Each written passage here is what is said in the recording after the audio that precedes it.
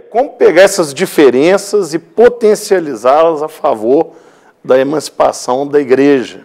Como que você lida com isso ali na banda, velho?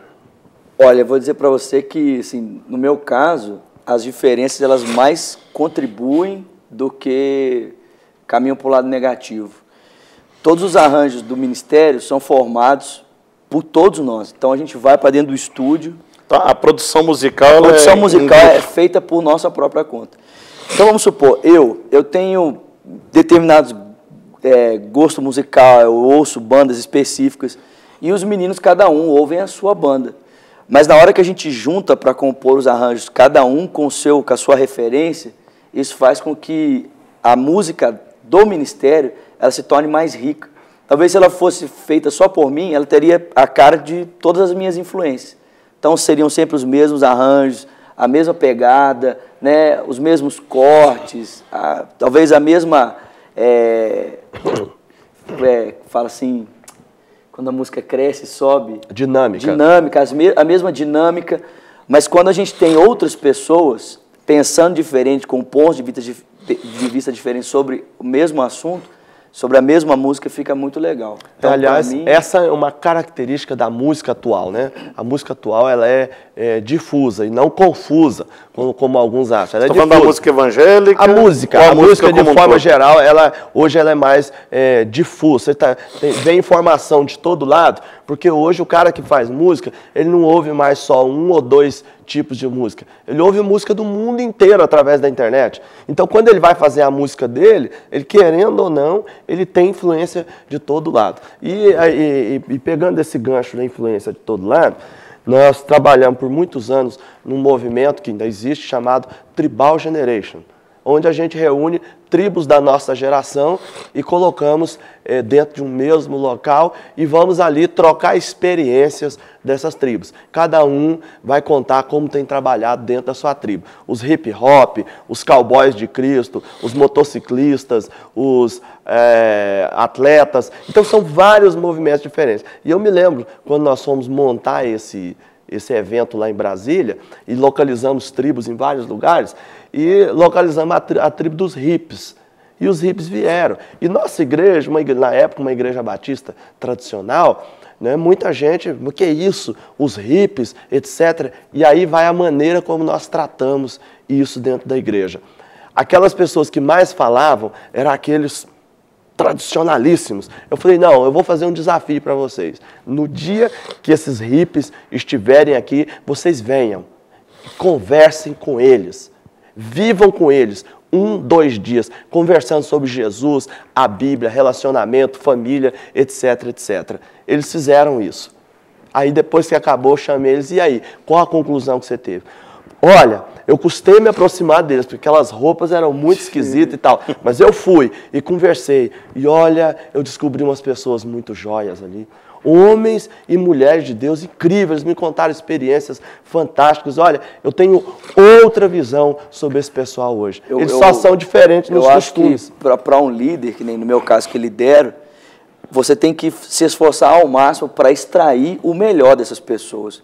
Só que para você extrair o melhor dessas pessoas, eu volto naquilo que o Gustavo falou. Você precisa ter um referencial que não é o seu. Porque vamos supor, se eu tentar medir as pessoas pelo meu referencial de criação, pelo meu referencial de família, automaticamente eu vou excluir muita gente. Não, isso aqui não serve, isso aqui não serve, isso aqui não serve. Mas quando eu faço cair o meu referencial e eu tenho um referencial que é Cristo, então nem o meu referencial não serve. É tudo a partir de Cristo. E a partir de Cristo, então, eu posso lidar com as diversidades, eu posso lidar com um talento diferente, eu posso lidar com um pensamento diferente. Por quê? Porque a partir de Cristo não é nem o meu nem o do outro, é Cristo. Essa percepção de Cristo, ela vai passar muito do lugar onde nós vivemos, e do lugar onde a igreja está estabelecida. Se essa igreja está estabelecida numa comunidade de características tribais, então todo e qualquer comportamento diferente vai ser tido como comportamento desviante. Todo e qualquer comportamento diferente vai trazer problemas para aquela comunidade, podendo gerar até mesmo a extinção daquela comunidade, porque ela se estrutura a partir da uniformidade. A força dela está na uniformidade, nas tradições que eles guardam, nas tradições que eles defenderam por décadas ou séculos. O mesmo acontece numa comunidade, numa igreja, numa comunidade mais rural, numa cidade menor. Aqui as diferenças podem começar a existir. Os comportamentos alternativos podem ser um pouco mais tolerados do que eles são tolerados em igrejas, em comunidades tribais. Então aqui é possível que algumas pessoas adotem algum tipo de comportamento que seja diferente do comportamento do todo. As pessoas podem até aceitar um pouquinho mais esse tipo de comportamento, mas ainda assim essa pessoa vai receber um gelo, vai receber uma certa palavra de desgosto, não está legal. Nessas duas comunidades, quem precisa pensar a partir de Cristo é esse que está possuindo um comportamento desviante. Se por causa disso eu estou fazendo o meu irmão pecar, se por causa disso eu estou fazendo o meu irmão se desviar, qual é a finalidade? Então eu vou estar no meio do todo. É uma pessoa que está numa igreja de linha tradicional e ela quer ser uma pessoa pentecostal ou carismática numa igreja tradicional. Ela deve pensar se Cristo agiria dessa maneira, de trazer divisão e confusão dentro da igreja. Né? Eu imagino que ela deve pensar no caminho inverso. Eu estou nesse grupo, Deus me colocou aqui, eu não vou ser motivo de escândalo e divisão no meio desse grupo. Ou então eu vou sair, vou para um grupo que seja um grupo que tem as características que eu penso que são as melhores. Já no contexto urbano, esses comportamentos alternativos, eles existem muito mais. Então, pensando numa igreja em um contexto urbano, numa cidade maior, é mais fácil nós falarmos dessa tolerância à diversidade. Porque nós vemos diversidade o tempo todo, nós lidamos com diversidade o tempo todo, com gente diferente o tempo todo.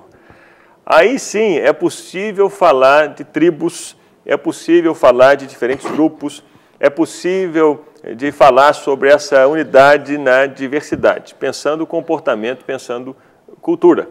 Aí sim, Cristo é aquele que nos une a todos que somos diferentes, apesar de sermos diferentes. Paulo lidou com alguns contextos assim, em algumas cidades onde ele pregou o Evangelho.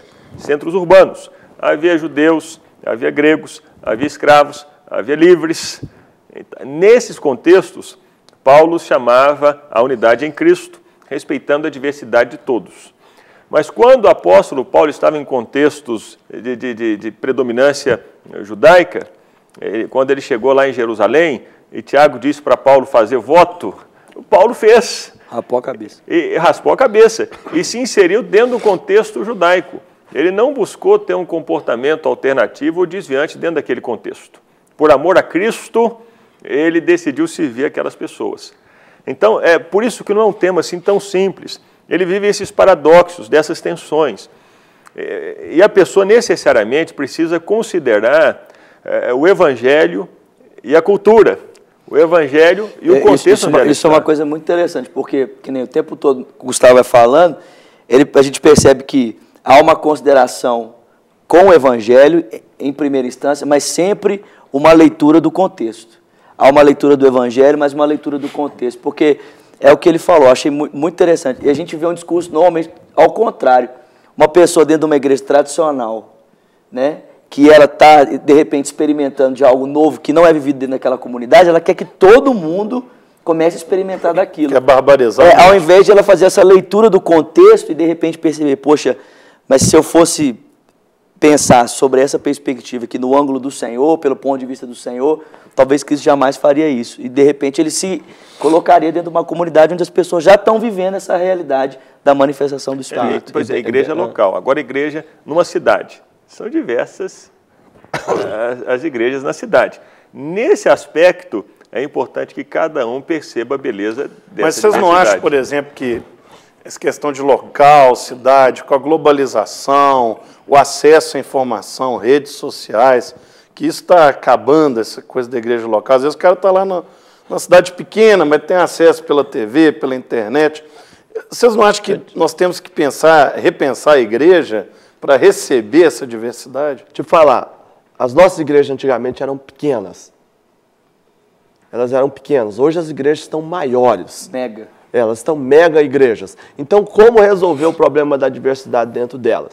Algumas igrejas têm adotado, como, por exemplo, a igreja de São José dos Campos, por exemplo, do pastor Carlito e tudo mais, que ela usa aquele sistema lá da Califórnia.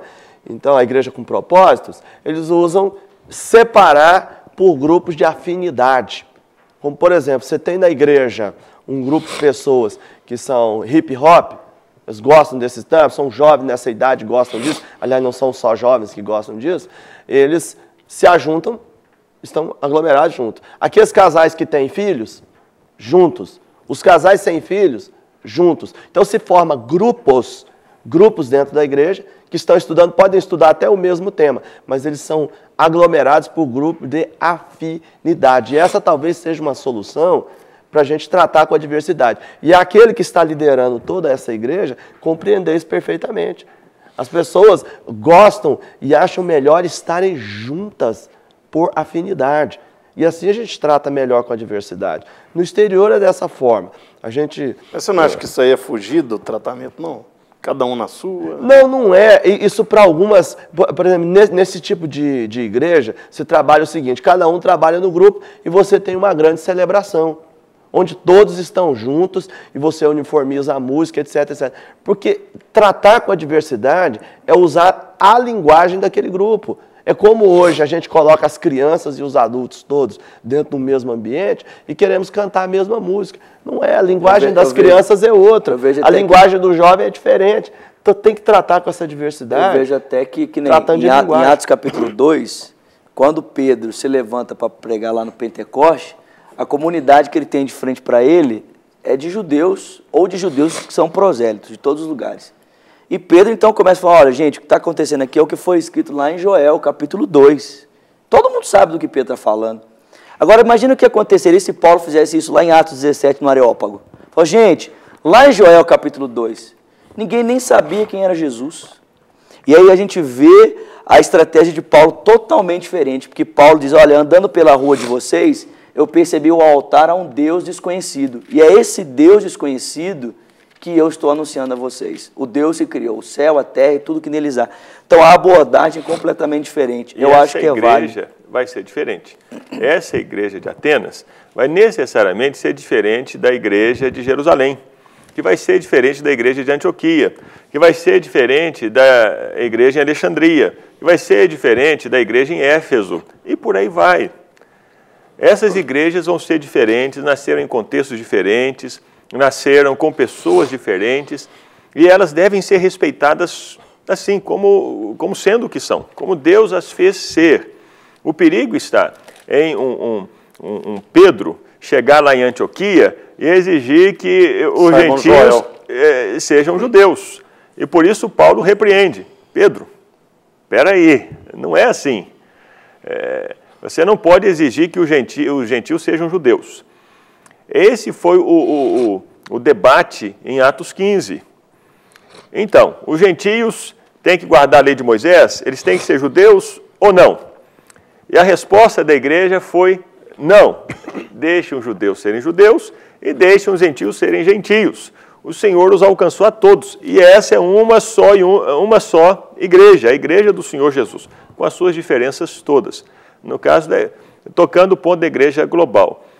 Existe a igreja global, uma igreja uniforme? Não existe e nunca vai existir.